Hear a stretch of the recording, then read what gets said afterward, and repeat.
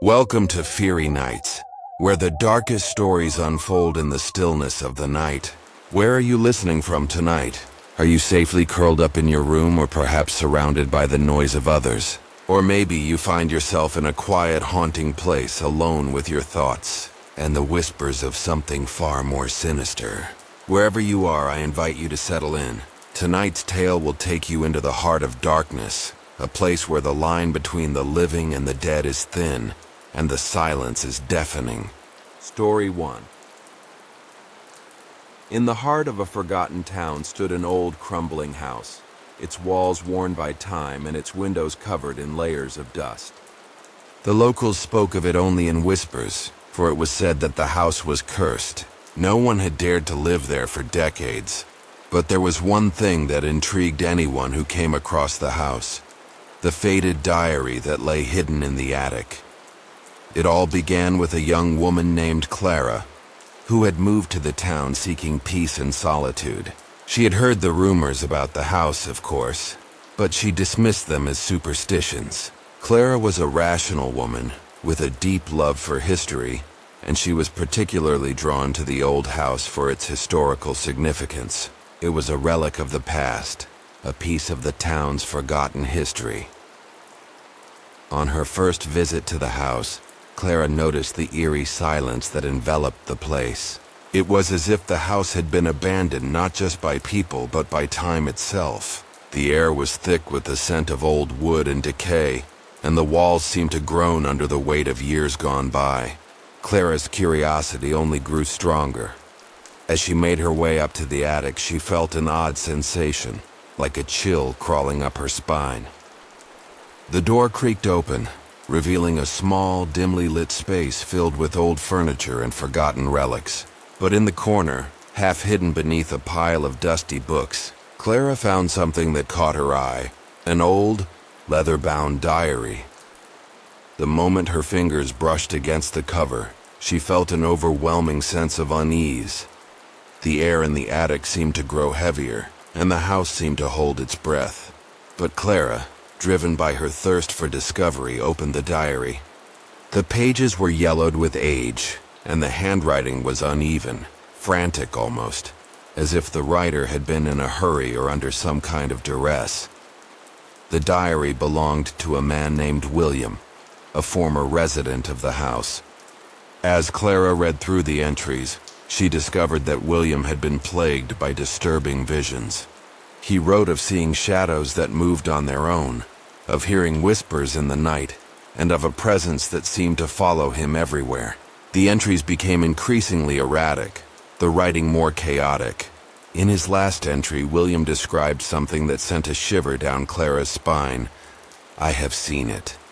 The thing in the walls. It is not human, but it watches. It waits."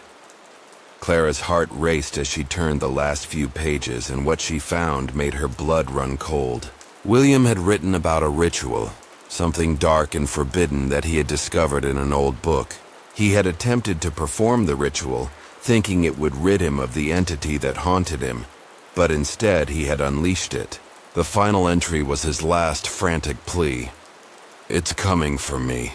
I've made a mistake. The diary. It's cursed." Clara dropped the diary, her hands trembling. The house around her seemed to shift, the floorboards creaking under the weight of something unseen. A cold gust of wind blew through the attic, and the lights flickered. Clara felt a presence behind her, something dark and suffocating. She turned around, but there was nothing there, nothing except the oppressive darkness that seemed to close in around her. Suddenly, the whispers began, low and guttural, like something not meant for human ears. They came from the walls, from the very floor beneath her feet. Clara's pulse quickened, and she backed away, her breath coming in ragged gasps. But as she turned to leave, the door slammed shut in front of her, trapping her inside.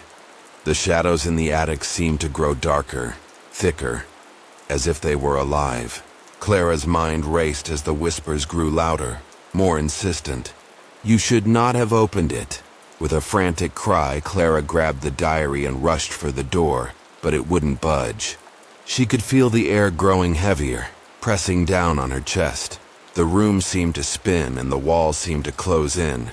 suffocating her. The last thing she heard was the sound of scratching, like claws against wood, and then silence. The next morning, the house was silent again. Clara's belongings were found scattered across the room, her coat and shoes left by the door, but Clara herself was never seen again. The diary, however, was still there, its pages open, waiting for the next curious soul to read its cursed words. Story 2. Deep in the heart of the city stood an old bookstore, nestled between tall, modern buildings. The store was tucked away on a quiet street, its windows filled with dust and its shelves crammed with forgotten books. It was a place few visited, yet those who did always seemed to find something that caught their eye, something unusual, something that wasn't meant to be found. One rainy evening, a young man named Ben stumbled into the bookstore, seeking shelter from the storm. The shop was dimly lit, the only light coming from a single flickering lamp. Ben wandered through the aisles, brushing his fingers along the spines of the old books, the smell of musty pages filling the air. It wasn't long before he found it, the book that would change everything. Tucked away on a high shelf, hidden behind layers of dust, was a small leather-bound diary. The title was embossed in gold letters, but it was worn and faded, the words barely legible. Something about the diary intrigued Ben. He pulled it from the shelf and opened it, expecting to find something old, perhaps a forgotten journal from years past. But as soon as he flipped to the first page, a chill ran down his spine. The handwriting was not that of an old man or a scholar. It was frenzied, erratic, like someone was desperate to get their thoughts down before time ran out. The ink was smeared in places, as though the writer had been shaking or perhaps even crying. The first few entries spoke of ordinary things, a life lived in a small town, a family, a home. But as Ben read on, the tone began to shift. The writer, whose name was Victor, began to speak of strange dreams. Dreams of something dark and twisted, something watching him, waiting for him to acknowledge it. One entry stood out. Written in bold, jagged letters, "The diary is cursed. I know now what I have done. I have awoken it." Ben's fingers trembled as he turned the pages, each entry becoming more disturbing, more frantic. Victor described strange occurrences, whispers in the night, shadows moving on their own, and the feeling of being followed, even in the most mundane of moments. As the entries continued, Victor began to speak of the diary itself as though it were alive. He wrote that he had found it in an old bookstore just like this one, hidden away behind other books. But when he opened it, something inside him stirred, something dark and ancient. Victor's final entry was a warning. "I should never have opened it. The thing in the pages, it has taken me. I am its vessel now. The curse is real. If you read this, you will be next." Ben's heart raced as he read the last few words. He could feel the room growing colder, the air pressing in on him. The storm outside had stopped, but the rain continued to tap against the windows like fingers drumming on the glass. A soft whispering sound filled the room, as if the diary itself was speaking. Ben looked around, his breath shallow, his pulse quickening. There was no one else in the shop, but he felt as though he was being watched. Suddenly, a cold hand brushed against his arm. Ben jerked back, but there was nothing there. His mind raced as he backed away from the shelf, clutching the diary tightly in his hands. The whispers grew louder, more insistent until they were almost deafening.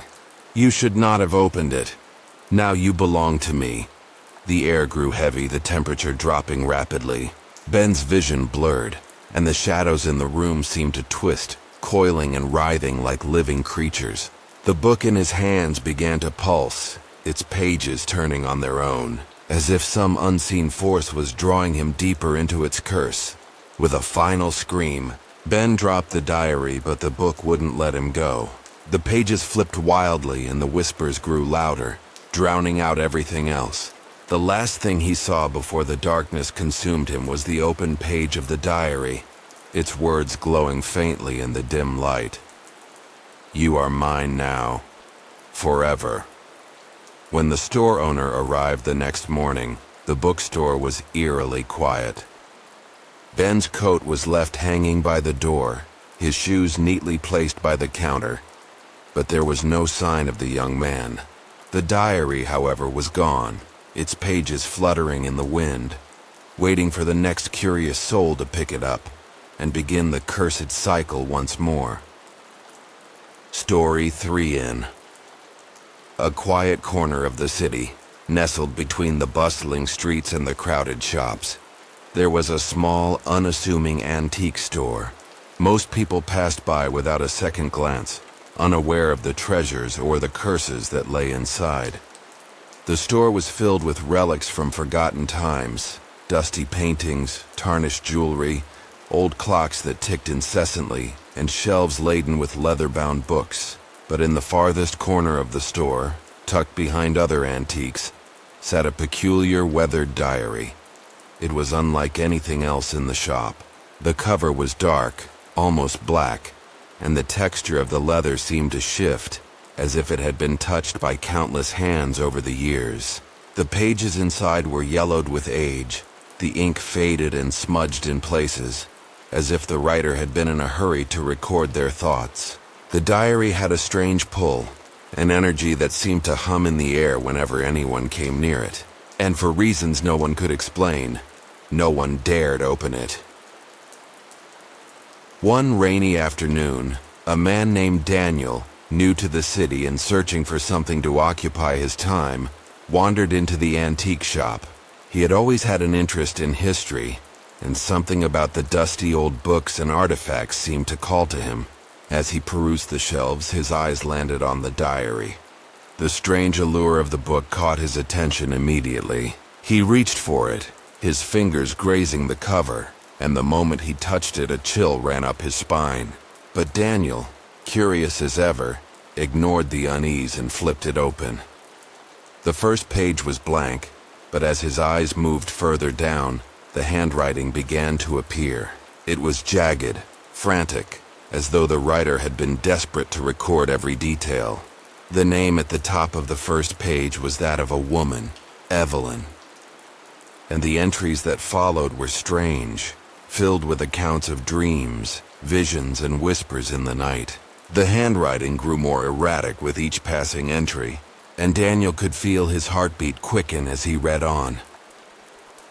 Evelyn spoke of a presence that followed her, something that lurked just out of sight, always watching.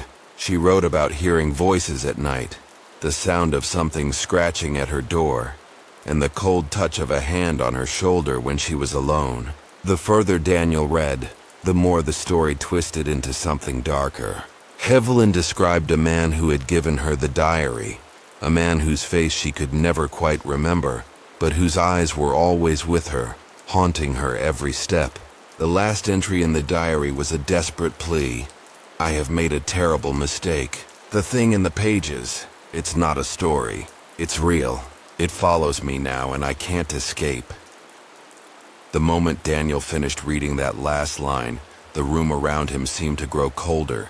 His breath misted in the air, and the shadows in the shop seemed to lengthen, stretching toward him. He looked up, but the antique store was empty. The shopkeeper had disappeared, and the shop itself seemed to change. The shelves grew taller, the walls darker, and the air thickened, pressing in on him. He turned to leave, but the door wouldn't open. The shadows around him deepened, and he could hear faint whispers just on the edge of his hearing. "You should not have read it," they hissed. "It's too late now." The air was suffocating now, and the diary in his hands grew heavier. He could feel it pulling him in, its presence wrapping around him like a suffocating coil. Panic set in, and he screamed for help, but no one came. The whispers grew louder, now filling the room with a terrible screeching noise. And then, with a final heart-stopping moment, the pages of the diary began to turn on their own, flipping wildly as though something invisible was searching for something. The last thing Daniel saw before everything went dark was the man from the diary, his eyes, cold and black, staring at him from the shadows. And then, silence. The next morning, the antique shop was back to normal. The door was open, the shelves lined with books, and the diary was back on its shelf, waiting for the next curious soul to pick it up. Story 4.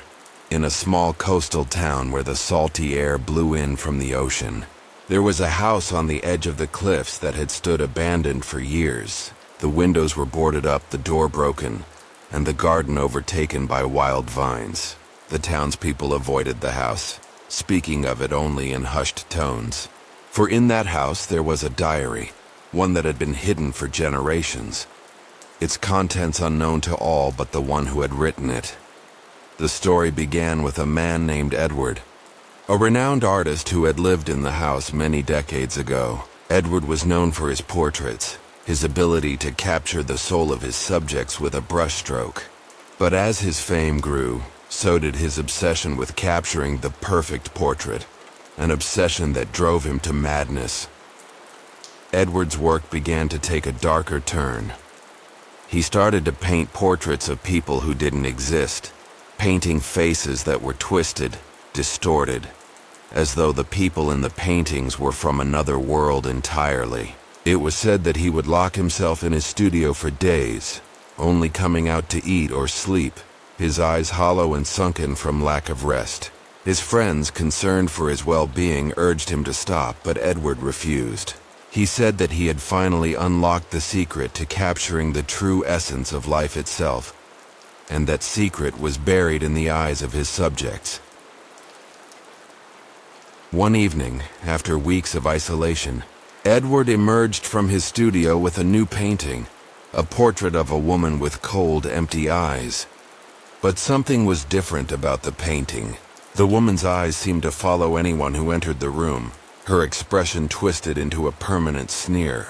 Edward's behavior became erratic, and he began to speak of voices calling to him from the painting, whispering things he couldn't understand, desperate to escape what he had created.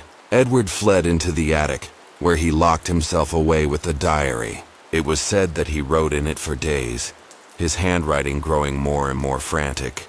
The last entry read, "I have seen it. The thing in the painting. It is not human. It lives and it has come for me. I cannot escape. The diary. It is the key. It is the only way to stop it." When the townsfolk found him days later, Edward was gone, vanished without a trace. His studio had been ransacked, the painting missing and the diary left behind. The house was left abandoned, its windows boarded, and the door sealed shut. Years passed, and the story of Edward's madness became little more than a whispered legend. But one day, a curious man named Jack, new to the town, came across the old house. He had heard the rumors, but like many before him, he dismissed them as nothing more than ghost stories. Drawn to the house by its eerie charm, Jack decided to explore. The moment he stepped inside, he felt a strange weight in the air, as if something was watching him. The house seemed to groan and creak under the pressure of time, the walls filled with the scent of decay. He made his way through the house, finding nothing but dust and cobwebs, until he reached the attic. There in the corner, he found it. The diary. Its leather cover was worn, its pages yellowed with age. Jack, intrigued, opened it, and as his eyes scanned the first few pages, he began to feel an unsettling unease. The handwriting was familiar, too familiar. He recognized it from a recent visit to the town library. The journal was from the artist Edward, but what Jack read next made his blood run cold. The entries became darker, more desperate, until they ended with the chilling words, "The thing in the painting. It has come. It is waiting for someone to release it. Do not open the diary. Do not look at the eyes." Before Jack could understand what he had read, the room grew cold. The air around him shifted, and he felt the weight of 1,000 eyes upon him. The painting, which he had not noticed before, appeared on the wall, an empty frame that had been hidden under layers of dust. Slowly, the eyes in the portrait began to glow. They seemed to stare directly at him, unblinking, their gaze cold and unfeeling. Suddenly, the room was filled with a deafening silence. Jack tried to turn and leave, but his feet were glued to the floor. The painting seemed to draw closer, the woman's twisted grin widening, her eyes now burning with an unnatural light. Jack screamed, but no sound escaped his lips. The shadows in the room began to twist and curl, surrounding him, suffocating him in darkness. The next morning, when the townsfolk searched the house, they found Jack's belongings scattered across the floor, but there was no sign of him, no trace of his presence. The diary, however, was gone, and the painting was back in its place. The house stood silent once again, waiting for the next curious soul to unlock its dark secret. Story 5. There was a house on the outskirts of a small town called Blackwater, surrounded by overgrown trees and crumbling stone walls. It had once been a grand estate, home to a family of wealth and power, but now it stood abandoned, left to rot under the weight of time. The townspeople whispered about the house, and they whispered even more about the diary, the cursed diary, that had been found within its walls. The story began with a man named William Cross, a historian who had been drawn to the estate long before it fell into disrepair. William had come to Blackwater to research the family that had once owned the estate, the Cross family. They were known for their wealth and influence, but they had mysteriously vanished one night, leaving only the estate behind. No one knew where they had gone, and no one dared to speak of them. William was fascinated by the mystery. He spent days sifting through old documents and letters, piecing together fragments of the family's history. But as he delved deeper, he began to uncover things that disturbed him, things that no one had dared to mention before. There were whispers of dark rituals, of occult practices, and of a hidden diary that had been passed down through generations, its pages filled with forbidden knowledge. William's obsession with the diary grew. He was determined to find it, believing it could provide the answers he sought about the Cross family's disappearance. He spent weeks scouring the estate, digging through the attic and the basement, searching every room and every nook. But it was in the library, buried under layers of dust and forgotten books, that he finally found it. The leather-bound diary was wedged between two ancient tomes, its cover worn and cracked, its pages yellowed with age. When William opened the diary, he immediately felt a cold, oppressive presence in the room. The words inside were written in a neat, elegant hand, but there was something about them, something sinister, that sent a chill down his spine. The entry spoke of the family's wealth, their power, and their influence. But as William continued to read, the tone of the diary changed. The writer began to speak of a deal made with an unknown force, a bargain struck for power and immortality, a pact with something dark and ancient. The final entry, written in frantic, desperate handwriting, was a warning. "We have opened the door. The curse is upon us. It will not be satisfied until it has claimed every one of us. The diary is the key. If you find it, do not read it. Do not open it. The curse will follow you. It will never let you go." William's heart raced as he read those final words, but something inside him urged him to continue. The temptation to uncover the truth was too great. As he turned the pages, he felt an overwhelming presence in the room, like an invisible weight pressing down on him. The air grew colder, and the shadows in the corners of the room seemed to deepen, twisting into shapes that didn't belong. The walls creaked, as though the house itself were groaning in protest. Suddenly, William heard it. A soft, whispering voice just behind him, low and guttural, like something from a nightmare. He spun around, but there was no one there. The voice grew louder, and the pages of the diary began to turn on their own, as if being pushed by invisible fingers. The whispers became more insistent, and William could feel the hairs on the back of his neck stand up. "You should not have opened it. You should not have come." Panic gripped him. The room seemed to close in around him, and the shadows began to stretch toward him, crawling along the walls. The temperature plummeted, and the room was filled with the sound of scratching, faint at first, then growing louder. As though something was clawing its way out of the walls, William tried to run, but the door slammed shut with a deafening bang. He turned, his breath ragged, and saw the figure, an indistinct shape, cloaked in darkness, its eyes glowing faintly in the dim light. It moved toward him, its presence suffocating, its form shifting as though it were made of smoke. William could feel its cold touch like ice as it reached out for him. He screamed, but no sound came from his mouth. His body was paralyzed and the shadows closed in, swallowing him whole.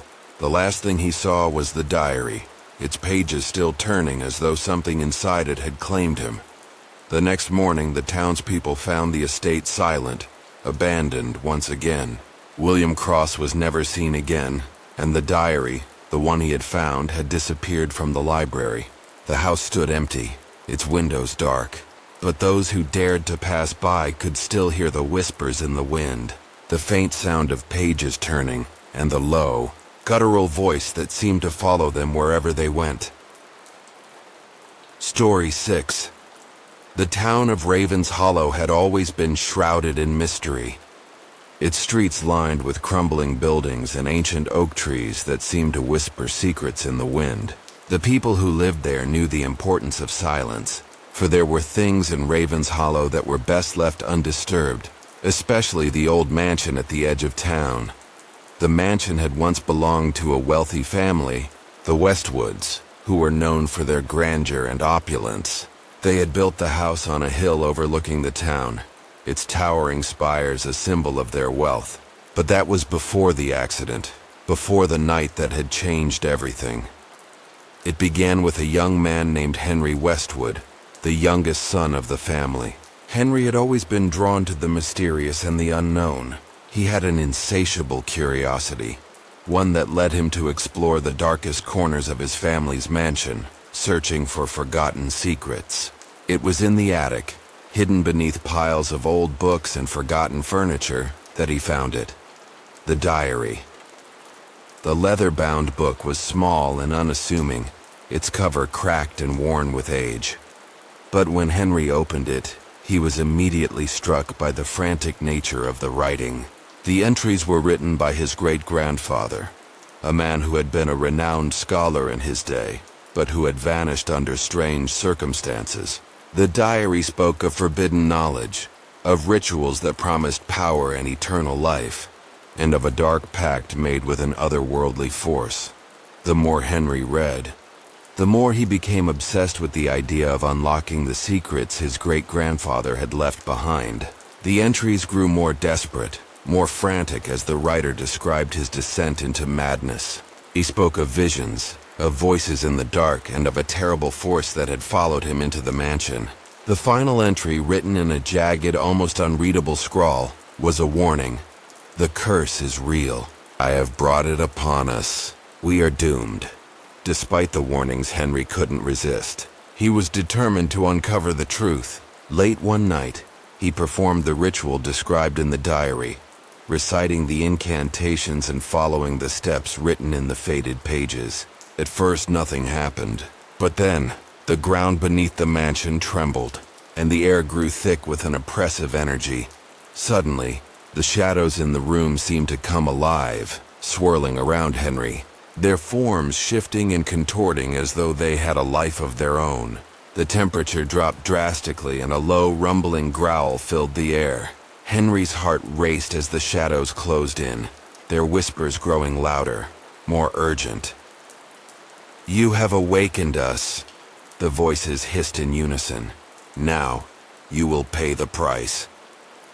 Before Henry could react, a figure appeared before him. Tall, cloaked in darkness, its face obscured by shadows. It reached out and Henry felt a cold, suffocating grip around his throat. The darkness pressed in, overwhelming him, suffocating him. He struggled to break free, but it was no use. The figure's grip tightened, and the room seemed to close in on him. In his final moments, Henry understood. The pact his great-grandfather had made, the curse that had plagued their family for generations, had been passed down to him. The mansion was not just a home. It was a prison, a place bound by an ancient force that would never let go. The next morning, the townspeople found the mansion in the same eerie silence it had always held. Henry Westwood was never seen again, and the diary he had found was no